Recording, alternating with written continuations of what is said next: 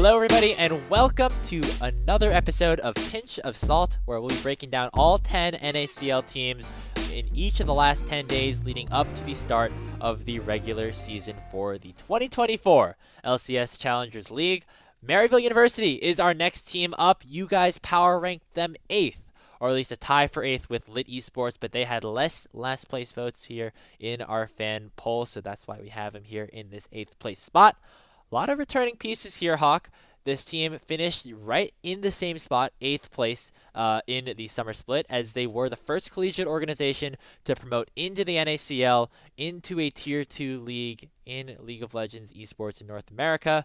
And kind of running back a lot of these pieces, at least that's what we think.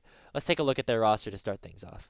Yeah, and, we're not 100% sure, Grapes. I see you have it listed under your concern, but as of right now, the known starting roster is going to be Spyrax, Iconic, Getback, Scary Jerry, and Zyko. But of course, they have other pieces. They have PCL in the top lane. They have Yuji for the jungle as well.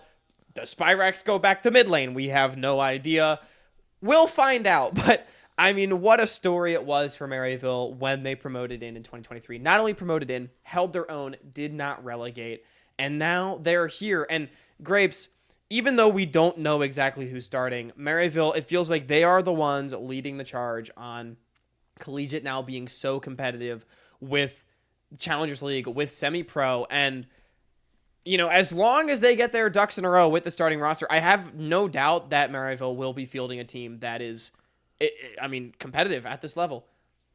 If you're wondering why we picked the roster that we did, these 5 players are the ones that have played in their most recent competitive tournaments in the fall collegiate season, or that was 66, HuFest, or the Immortals Winter Showcase. I know there was some shuffling here and there, but overall it was this group of 5 that they've been running with, and we'll see where some of these other pieces end up going. Yuji, I think, going into his second year of collegiate because he was on Bethany back in 21, but I remember when Maryville brought in APA for the first time back a couple of years ago, he actually didn't start the year on the starting lineup and actually took a couple of months to focus on his schoolwork before getting slotted in to what was PGCQ at the time. So we'll see when and where Yuji and some of the other players are placed. I definitely think Yuji is a very solid player in this space, and while Iconic definitely impressed, whether it was in these fall tournaments or even on Team Tony Top back in the spring split, I'm interested to see where this goes, because Maryville has 3 very good junglers now, especially as well if you include Odd Orange, who I think had a pretty solid split in the summer as well. Yeah, Odd Orange had a great 2023, and I for as much as this instability can be a concern, though, let's also remember that Maryville is no stranger to running 10-man rosters or larger. They did it in 2021, they did it in 2022, they did it last year. Actually, I don't know if they did it in 2021. Not as much last year. Yeah, and last year they did for a little bit, but then they settled on it, right? They settled on their starting roster for most of the season. And I think settling on it is something that they've emphasized they like to do, and so there might be some shuffling at the start. I'm interested to see who their official subs are on this team, because I think you can only have a couple of them, because that would maybe determine where they think some flip-flopping could occur. Right. But the point remains, right? We don't know exactly who's going to be starting, but Maryville, they're used to competing for their spots. And I would imagine we'll see something get sorted out at some point. But I do feel like, regardless of the uncertainty with the starting roster, let's talk about some of the positives, right? Because Maryville, again, great story coming in out of 2023, promoting in a Challengers League, remaining competitive, defending their spot, not even needing really to defend their spot. They were not up for relegation.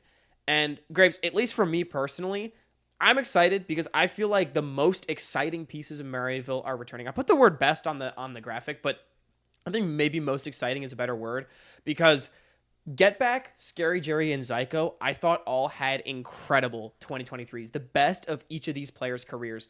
And Getback in particular was someone that performed at such a high level. Grapes, he was our MVP in Spring Split in the qualifiers. He was one of the best mid laners in collegiate. He played, honestly, in my opinion, very, very well in the Challengers League, even throughout Maryville's struggles. And also this bottom lane, Scary Jerry, a young player. Zyko, I would say he's been around a little bit longer, but not a ton of games at this level. And I think these are players that are only going to continue to grow, so I'm glad to see them now back. I do think they had much stronger springs than summers. I think obviously Yeah, weaker level of it's competition being easier to in look good. qualifiers. Yeah, I think Scary Jerry specifically struggled a little bit, like especially like in like the laning phases of some of his NACL games.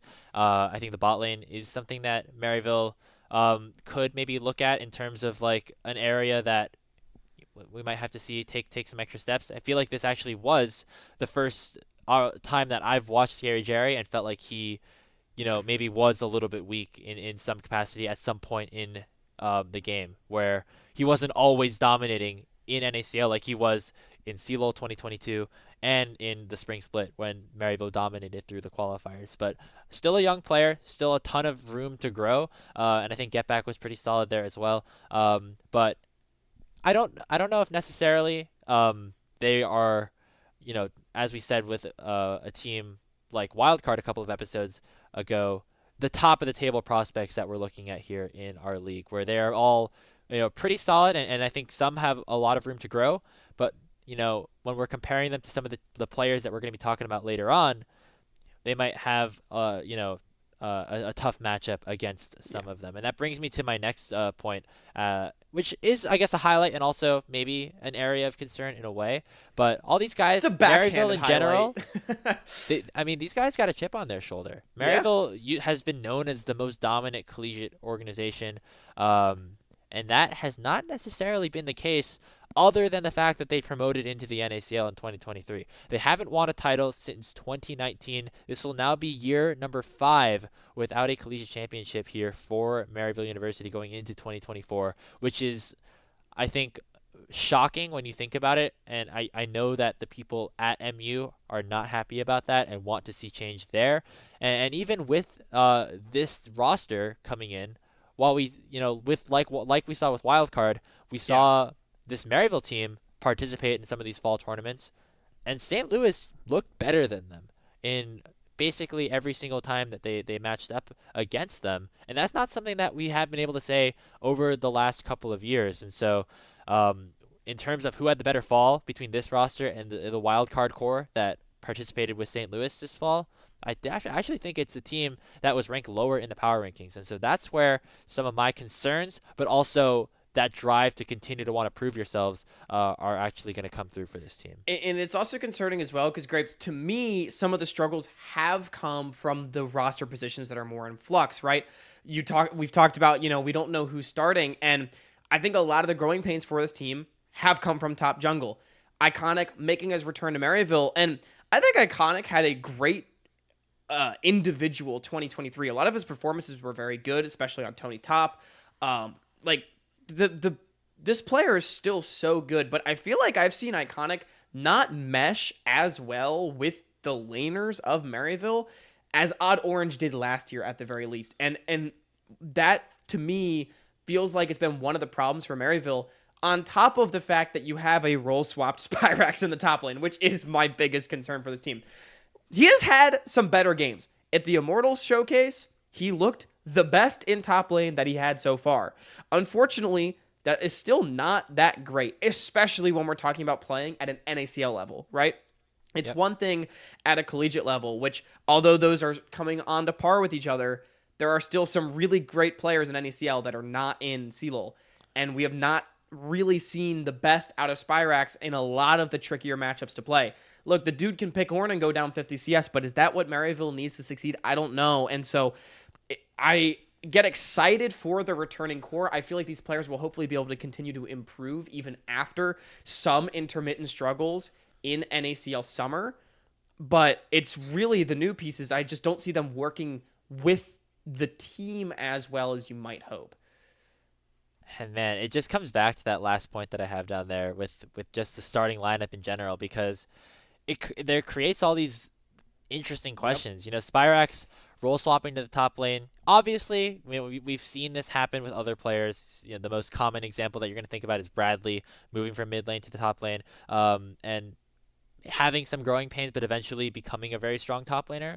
We'll see if Spyrax can get there. If not, you have Yuji Spyrax, who were one of the best mid jungle duos in Challengers last year. Like, I know Get Back and Iconic are both very good players and played very well in their own rights last year, but if you swap them into the mid-jungle, does that change things for Maryville? I really don't know, because there's just a lot of question marks and a lot of interesting things to kind of to go over with this squad.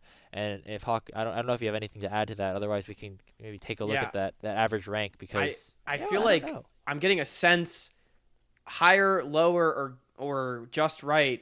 Grapes, I'll start us off. I'm a little concerned for Maryville. I think 8th is pretty reasonable, but to be honest, I might see this team fighting for relegation. I would rank them lower. You know, I mentioned in the late episode, I can't rank all the teams higher, and if I did have to pick do it one, to someone. It might have to be Maryville. Now, I think this team has again potential to go very high. I think all 10 rosters in the NACL have a ceiling of top 6 or higher at the very, very least. There's no Maryville is no exception. There's no shoe-in for relegation. You know what I mean? Like, yeah, especially any of these teams could be fighting for their life. Yeah, especially because we haven't seen a ton of Spyrax in the top lane. If he improves there, we'll see where Yuji slots into this whole ordeal. If Scary Jerry can take that next step and make sure that their laning phases alongside Zeko aren't as detrimental to the team as they were maybe in the summer split, because I know he's a player that always is wanting to improve and always looking for opportunities to find new ways to dominate his competition. But it feels like there's a lot of these question marks, a lot of these ifs. And, compared to teams like Wildcard, who seem at least consistent in terms of their ability to beat Maryville, and Lit Esports, who have that full 5 team, members running back, I might have to slot them just a little bit lower. Although by no means does that mean I'm counting this roster out. Definitely not. As again, I don't think you can count any of these teams out right now. I agree. I 100% agree. I mean, any team with players like all 5 on this roster and everyone that we have in the Challenge League can definitely get things done. But look, Grapes, we've also doubted Maryville in the past, and they have told us in person that we're dumb. So, maybe that'll happen again. See you this summer. Yeah. I mean, hey, this team, I have found that teams love to prove us wrong. So let's see at Maryville prove us wrong, but we may just be a little bit lower on it than the community. However, there's always a world where players like Get Back, like Scary Jerry, can go big mode and carry just as they did for the first half of 2023. We are now 3 teams through. We are a week away from the NACL 2024 spring split. Be sure to check out our next 7 team breakdowns as they come out. But make sure you hit us up on social media at Salty Runback Pod to join the discussion. Fill out your own power rankings as well. The forum is closed, but we'd still love to see what you think about each of these teams. I've been Hawk. That's been Grace. See you all tomorrow.